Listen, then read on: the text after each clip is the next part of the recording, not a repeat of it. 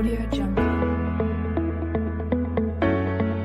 Welcome to another Doctor Who Health Mastery series, where we aim to educate, enthuse and help you along that journey towards becoming a master of your own health.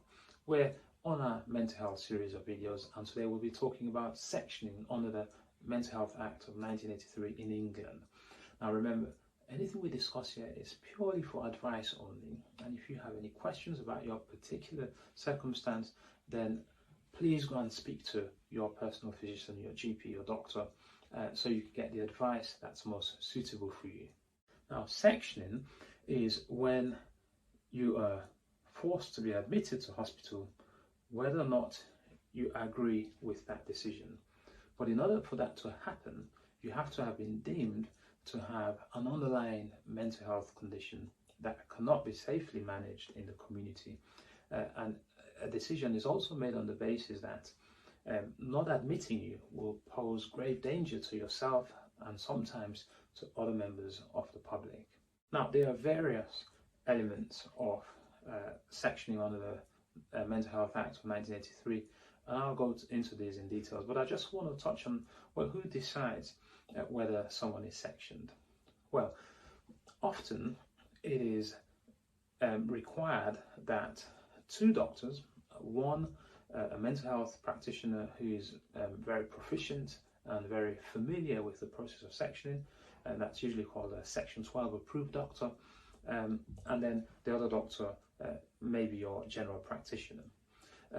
Alongside that, you also need a family member, and this is described by the Mental Health Act as your nearest relative, and it may not be who you think your nearest relative is. Who your nearest relative is for the purpose of section is actually defined within the Mental Health Act. And then a senior social worker or mental health nurse, or sometimes an occupational therapist, we call them an AMP, an approved mental health practitioner, is also required to be part of that process. So not just one person makes the decision. All of these heads, your nearest relative, the Section 12 approved doctor, usually a psychiatrist, your general practitioner, and a senior, an approved mental health practitioner, all have to agree that it is in your best interest to section you and take you into hospital and treat you against your wishes, against your consents, for your benefit and for the benefit of the public. So you might be curious as to, well, when sectioned, how long will I have to be in hospital, or how long will I remain under sectioning? Well, this depends on the type of sectioning that's been done. For example, sometimes it may already be very clear that you have an underlying mental health diagnosis or mental health condition, and so the purpose in this case is to actually take you to hospital for treatment. Okay, and this is called a Section 3. And when you have sectioned under Section 3, this can last for up to 6 months. Okay, it doesn't have to be, because sometimes along the way you may actually develop an improvement in your condition, develop an insight, and actually start to engage and show willingness to cooperate with the treatment procedure, and so the section may be rescinded again by a multidisciplinary team, and you may actually even be discharged back home as long as you comply with treatment before the 6 months, and that is quite common. Now, at other times, there may be no underlying formal diagnosis of a mental health condition, but you may be displaying symptoms that highly suggest that, but you require further assessment in order to determine whether you have an underlying mental health condition. Now, so the purposes of sectioning in this case is to actually assess before determining whether you actually do have an underlying mental health condition. So there is Section 2. Section 2 is for assessment for up to 28 days. And this, 28 days allows the team, the psychiatric team, to engage with you, and for you to engage with them and to try and understand what's really going on and decide before 28 days whether you have an underlying mental health condition. Up to 14 days, you can actually apply for to be dismissed off Section 2. That is within your right. It doesn't necessarily mean it would be allowed. There are other elements of the Mental Health Act as well. So there is a section called Section 5 and Section 4. Now, these allow you to be sectioned for up to 72 hours. And this is, if you're sectioned under Section 5, you're usually already in hospital, perhaps on a medical ward or in accident and emergency. If you're in the community, you're sectioned under Section 4. So Section 5 and 4 both allow you to be admitted for assessment up to 72 hours. And the team can then decide to apply for Section 2. Remember, that's 28 days. If they feel they need longer to assess you.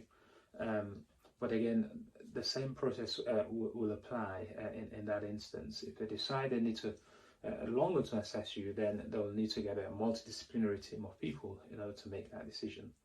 If you're not actually in your home environment and you're just, in the community at wide, but you're deemed to be unsafe, there's a section called Section 136, and this gives the police power to actually admit you to a place of safety, often at a local psychiatric hospital or ward, for you to be assessed by the psychiatric team to determine whether or not the symptoms that you display are as a result of an underlying mental health condition. Now, some people ask, once they've been sectioned, do they have to take the treatment that is offered to them?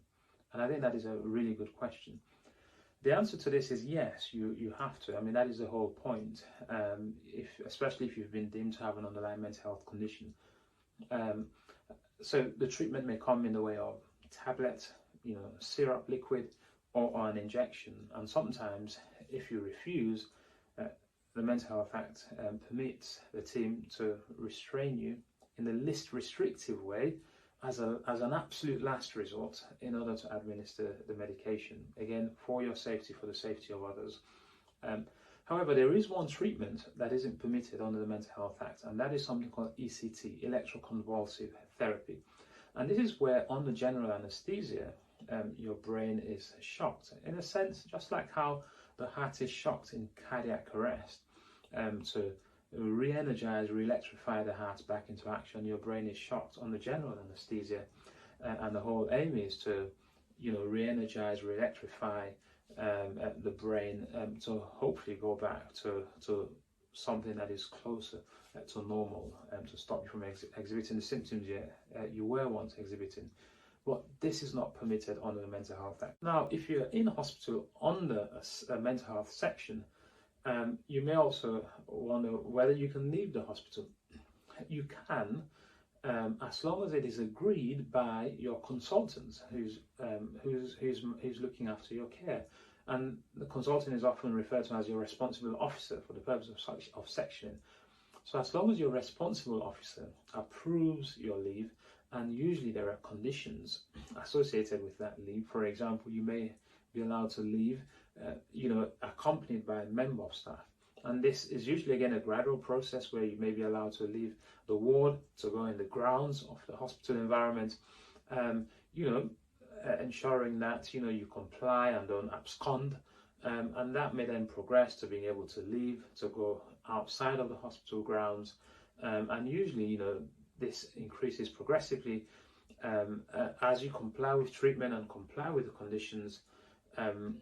That's usually a sign that the therapy is working, and may then lead to the sectioning being rescinded for you to be discharged off sectioning. So yes, you can leave the ward, you can leave the hospital, but there are certain conditions imposed, especially initially by a responsible officer, that you have to comply with. Sectioning is not meant to be punitive at all. It's meant to be an absolute last resort.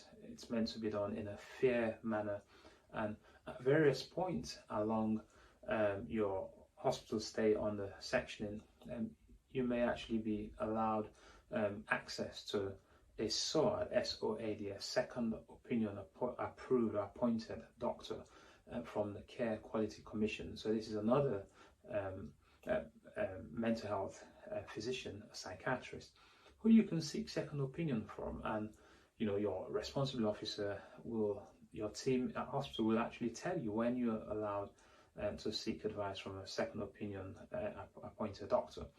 And often, for example, if you're under section 3, where this is one that lasts for up to 6 months, if you've been under sectioning for up to 3 months, you can actually ask for a SWAD, a second opinion approved doctor, to come in and review your case and see, speak to you, speak to the team, and actually then collectively agree whether it's still the right thing to do for you to be under sectioning.